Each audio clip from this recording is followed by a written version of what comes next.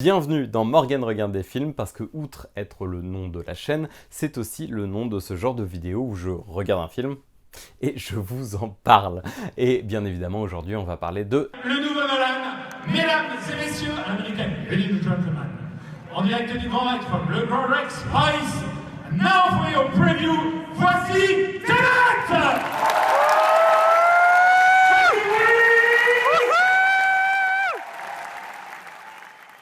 Dans cette première partie, je vais essayer de faire le moins de spoilers possible. L'idée, c'est d'être objectif et de vous donner envie, a priori, de regarder le film.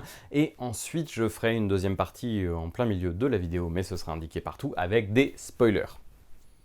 On va divulgacher, comme dirait l'Académie française. Non. Alors, si vous êtes fan de James Bond, allez voir Tenet. Je pense que le film va vous plaire. Clairement, il y a une envie, une intention, une forme d'hommage, appelez ça comme vous voulez, mais il y a tous les codes d'un bon James Bond. Et en plus, ce qui est cool, c'est qu'il est absolument pas problématique. Toutes les scènes où ça pourrait basculer, ça ne bascule pas autant qu'on pourrait l'imaginer. Ça s'arrête vraiment au bon moment. Il n'y a pas de violence gratuite. Et ça, déjà, c'est intéressant. Une autre chose, c'est que le personnage féminin joué par Elizabeth Debicki est assez intéressant. Visuellement, j'ai pas tout à fait compris pourquoi il avait été tourné à l'IMAX, à part que Christopher Nolan ne peut rien tourner sans IMAX. Je pense que quand il prend des selfies, il prend une énorme caméra IMAX et puis il se prend photo avec. Il y a des images intéressantes, mais de tous les films de Nolan, c'est pas celui qui visuellement m'impacte le plus. Alors ce qu'il faut savoir, c'est que je ne suis pas un grand fan de Nolan. Non, ne partez pas tout de suite s'il vous plaît. Il y a vraiment que deux films qui m'ont marqué dans sa filmographie. The Dark Knight d'un côté.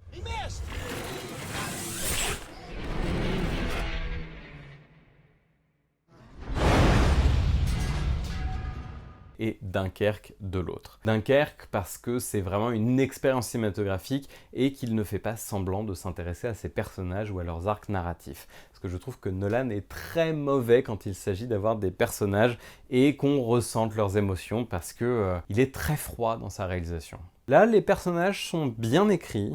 Je trouve pas qu'il y ait encore assez d'émotions et qu'on s'attache assez à eux, mais le trio d'acteurs principal est incroyable, vraiment. En tout cas, si vous aimez James Bond, si vous aimiez jouer avec un magnétoscope ou un caméscope à faire avance rapide ou je sais pas comment ça s'appelle dans l'autre sens, l'avance-arrière. Bref, eh bien, je pense que ce film est fait pour vous. Si vous aimez aussi un petit peu les films où les théories scientifiques jouent un vrai rôle, quasiment un rôle de personnage, un peu à la Jurassic Park, eh bien, Tenet est aussi pour vous. Par contre, si vous vous attendez à un Interstellar, je suis pas sûr que ce soit le bon film pour vous. Si vous vous attendez à un Inception, pareil, c'est pas tout à fait le même genre de film, même si forcément, même réalisateur, même scénariste, même production, on reste sur des fils qui, voilà, c'est pas non plus extrêmement éloigné, mais ce film se situe bien plus du côté du James Bond que du côté du Nolan. Et c'est peut-être ça qui en fait que c'est pas un film aussi abouti qu'il pourrait l'être. Quoi qu'il en soit, on va en parler maintenant dans une partie plus spoiler. Spoilers. Spoilers. Spoilers. Spoilers. Spoilers. Spoilers. What's that word you use? Spoilers. I like that word. I thought you might. Spoilers. On va d'abord parler des points positifs et ensuite on attaquera les points négatifs. Point positif. Alors déjà, comme je le disais en première partie, l'aspect James Bond est vraiment cool. On sait que entre Christopher Nolan et les... j'arrive pas à dire leur nom. Et les producteurs de James Bond, les Broccoli, je suis quelqu'un de très professionnel. Donc on sait que entre Nolan et les Broccoli, entre Christopher Nolan et les producteurs de la franchise James Bond, on sait que c'est un espèce de jeu de chat et de la souris, puisque Christopher Nolan a toujours dit qu'il voulait réaliser un James Bond, et on lui a jamais proposé. Et je pense qu'il en a eu marre d'attendre, et puis il s'est dit je peux faire mieux. Qu'il a regardé Casino Royale et il s'est dit voici tous les problèmes de Casino Royale, et bah je vais faire mieux. La scène de l'aéroport, on va mieux la faire. La James Bond girl, et bah ce ne sera pas juste un prétexte et il n'y aura pas de violence gratuite. Non, non, non, cette fois-ci, ce sera quelque chose de bien plus intelligent, de bien plus subtil. Et il n'y a pas d'histoire d'amour. Enfin, il n'y a pas vraiment de romance ou de quoi que ce soit. Et c'est assez rafraîchissant. Et en vrai, en le regardant, c'est dommage que ce soit pas un James Bond, parce que il y aurait eu énormément de codes qui auraient permis à cette histoire d'exister bien mieux qu'en stand-alone telle qu'elle existe aujourd'hui. Et pour moi, l'un des points les plus positifs de ce film, c'est vraiment le personnage féminin.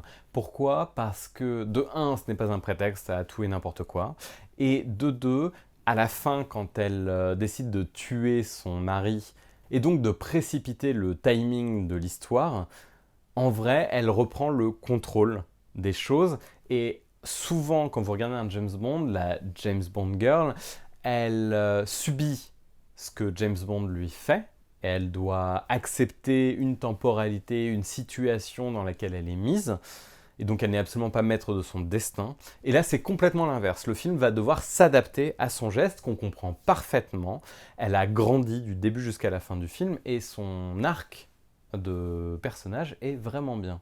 Et ça, je pense que c'est important de le remarquer, parce que Nolan n'est pas connu pour être le réalisateur le plus féministe au monde, et ça fait du bien quand même de voir des personnages féminins qui sont écrits comme des personnages, et pas comme des femmes telles que pensées par des scénaristes masculins. Le personnage d'Andrei Sator, joué par Kenneth Branagh, est aussi extrêmement intéressant. Pourquoi ? Parce que on n'est pas dans de la caricature, et pourtant c'est un vrai gros méchant de James Bond. On dirait que c'est Goldfinger 2.0. D'ailleurs, à un moment donné, il y a des lingots d'or, des fois qu'on n'aurait pas compris la subtile allusion.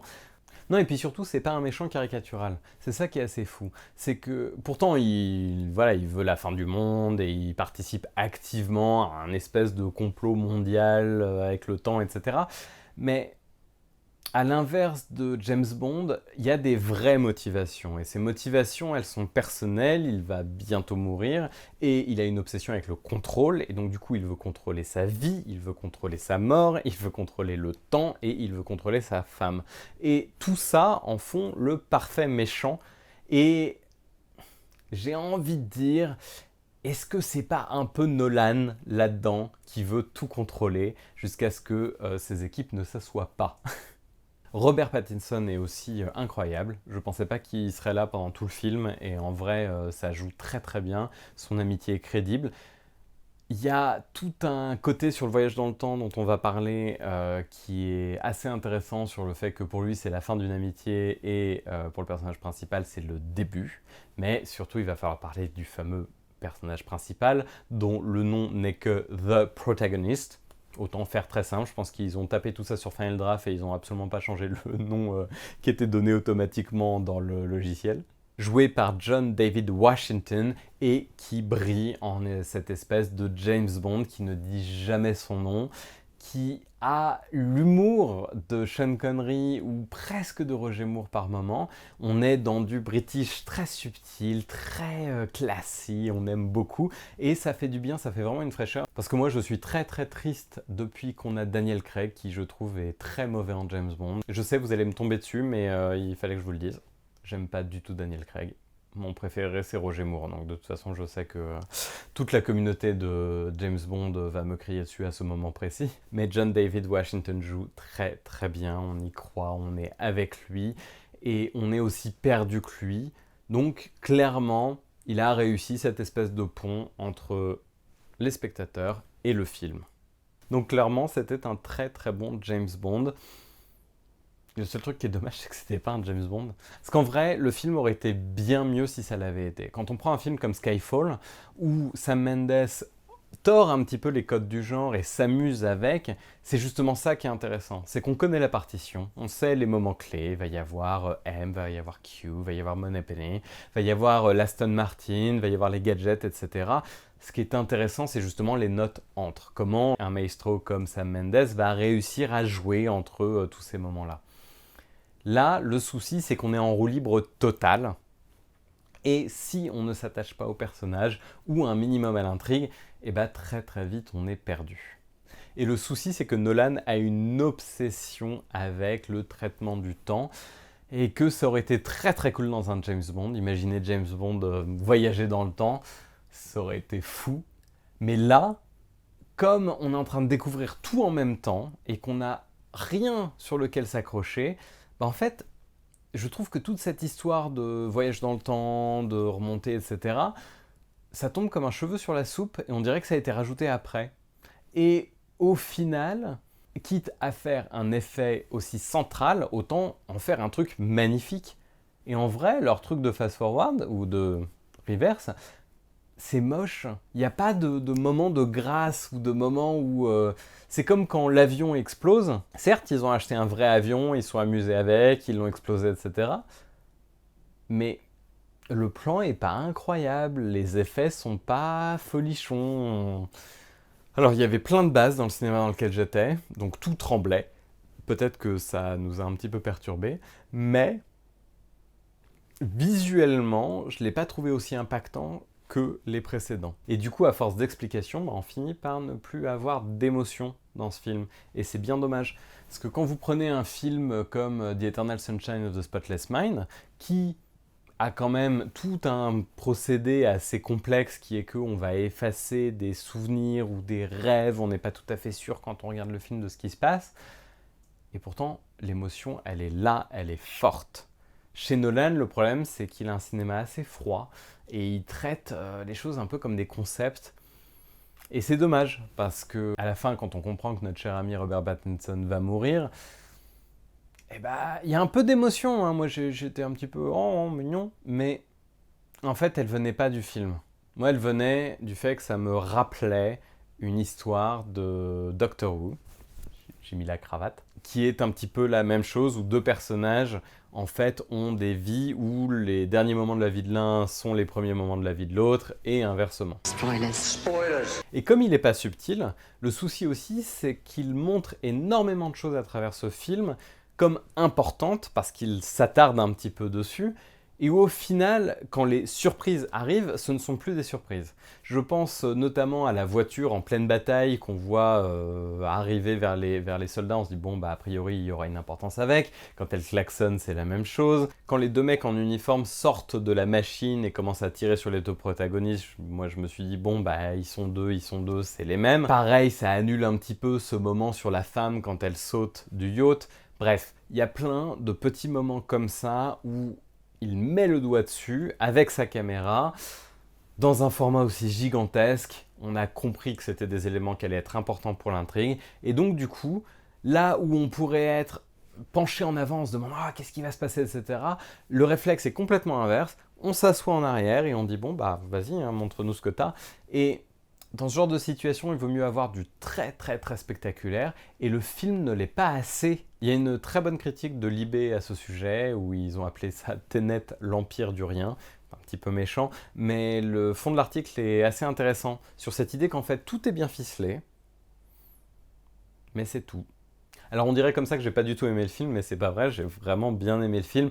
Encore une fois, c'est pas mon film préféré, mais j'ai trouvé qu'il y avait des moments assez intéressants, et surtout qu'il n'y avait pas de facilité. Moi, ce qui m'énerve le plus au cinéma, c'est quand je vais voir un film qui avait plein de promesses et que, en fait, ils se sont pas fait chier, ils ont décidé de faire au plus simple et ça donne un truc qui ne respecte pas les spectateurs. Ce film respecte les spectateurs, ce qui est assez rare quand même, et c'est à noter. C'est un film étonnamment simple. Alors bon, toutes les théories de voyage dans le temps, etc., moi, ça m'a donné mal à la tête et à un moment donné, j'ai arrêté de suivre parce que voilà, l'effet n'était pas si magnifique que ça, tant pis. L'histoire était intéressante, elle est très simple. Encore une fois, ce sont des protagonistes qui veulent quelque chose, et puis des antagonistes ou des forces d'antagonisme qui les en empêchent. On est sur du cinéma hollywoodien de base, et clairement, ça donne un film où on passe un bon moment. Je pense que les fans de James Bond profiteront bien mieux de ce film que les autres. Mais si on est fan de Nolan, c'est vrai qu'on peut se demander où il est passé. Alors si vous avez aimé Tenet, il y a quelques films que je peux vous conseiller de regarder pour rester un peu dans la même vibe.